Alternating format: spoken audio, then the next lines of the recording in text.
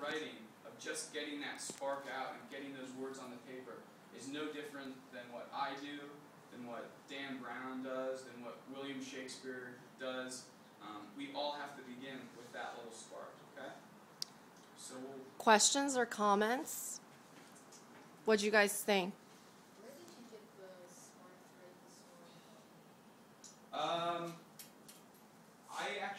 I told you about the idea that I had, that I wanted to create a story from an anthem from the bottom, something from the lowest class, the most horrible situation. Because since getting out of college, when you start working out in the world, you start realizing that not everybody gets to live in a very comfortable way. That there's a lot of struggles for a lot of people. And it's easy to watch from TV and the media to be blinded by that idea. But there are people out there who are really, really struggling, and it's important to find that idea of voice. So I let this character, her voice, direct me through this book. I didn't really know where I was going. Like I said, the room was completely dark, but I let her voice kind of become my voice, if that makes any sense, and I just followed that.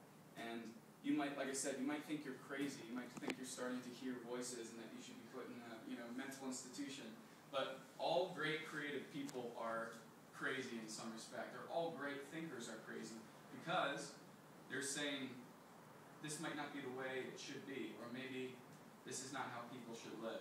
And so that idea may sound crazy from the start, but without crazy ideas like this, we'd never get anywhere. So that's how I just followed that voice. I imagined these two girls talking at the edge of this ledge, and I just put myself in Jezebel's shoes, so to speak, of how terrified I would be knowing that I'm about to drop hundreds of feet on something I've never used before.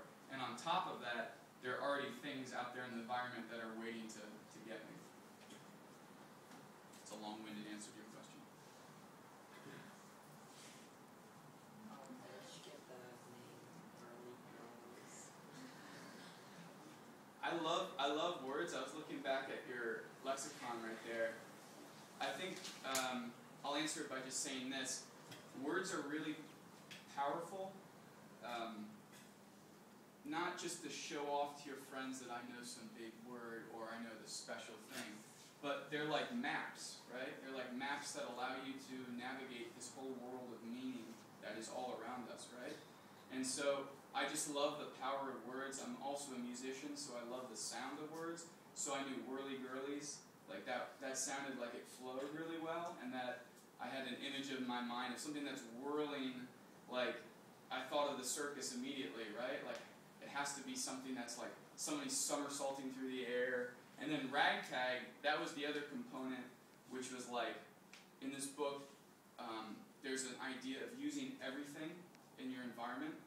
Like a good example is if you're on in the woods or on a camping trip and you're lost and you have to learn how to survive. Well, this is sort of a different woods. This is the urban jungle, right? And there's a million things that we don't see that are at our disposal that we can use. And that's a philosophy which has really inspired me in writing this book, in that we often see the walls and the things that are stopping us, but if we just step back for a second, really looked at where we were in our situation, we have a million things that we can use that will help us. Books, ideas, people are